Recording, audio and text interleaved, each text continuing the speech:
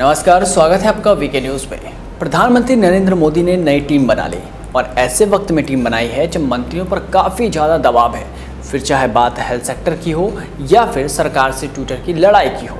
इसलिए नया मंत्रिमंडल बनते ही प्रधानमंत्री नरेंद्र मोदी ने अपनी मंत्रिपरिषद के नए सदस्यों को नसीहत दी है कि वे अपने पूर्ववर्ती मंत्रियों से कामकाज सीखें और बेवजह बयानबाजी से बचें।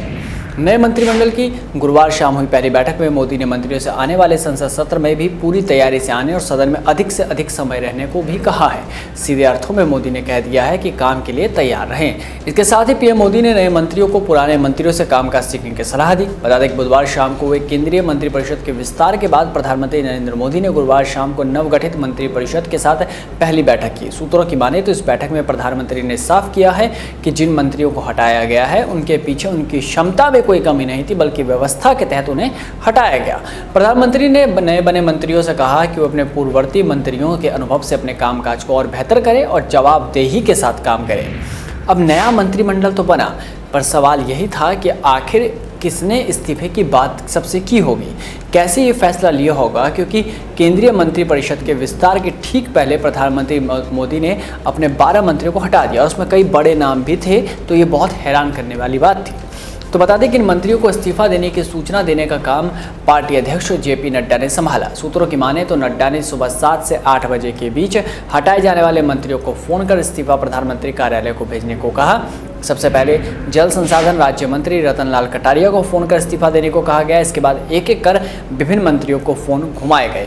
इनमें रविशंकर प्रसाद, प्रकाश जावड़ेकर और डॉक्टर रमेश पोखरियाल निशंक भी शामिल थे। अब ज़्यादातर मंत्रियों ने छोटा सा इस्तीफा लिखकर ही प्रधानमंत्री कार्यालय को भेजा, लेकिन निशंक ने अपने मंत्रालय की उपलब्धियों के साथ लंबा पत्र लिखकर अंत में स्वास्थ्य संबंधी कारणों से इस्तीफा देने का उल्लेख किया। उसके बाद की कहानी तो आप लोगों को मालूम ही है कि कैसे नई टीम चुनी गई, कई नेता शामिल हुए, कौन कौन शामिल हुए और नए मंत्रिमंडल का निर्माण हुआ। नए मंत्रिमंडल के साथ चर्चा के दौरान प्रधानमंत्री मोदी आने वाली तीसरी लहर के लिए भी चिंतित दिखे। नए मंत्रियों के साथ बैठक में प्रधानमंत्री ने कहा कि पिछले कुछ दिनों से हम सभी भीड़ भाड़ वाली जगहों और बिना मास्क या सोशल डिस्टेंसिंग के घूम रहे लोगों की तस्वीरें और वीडियो देख रहे हैं। ये कोई सुखद नज़ारा नहीं है और इससे हम में भय की भावना पैदा होनी चाहिए। उन्होंने जोर देकर कहा कि हमारे कोरोना योद्धाओं और अग्रिम पंक्ति के कार्यकर्ताओं द्वारा संचालित वैश्विक महामारी के खिलाफ भारत की लड़ाई पूरे जोश के साथ चल रही है। हम अपने देश की आबादी की पर्याप्त संख्या में लगातार टीकाकरण कर रहे हैं, परीक्षण भी लगातार उच्च है। ऐसे समय में लापरवाही के लिए कोई जगह नहीं होनी चाहिए।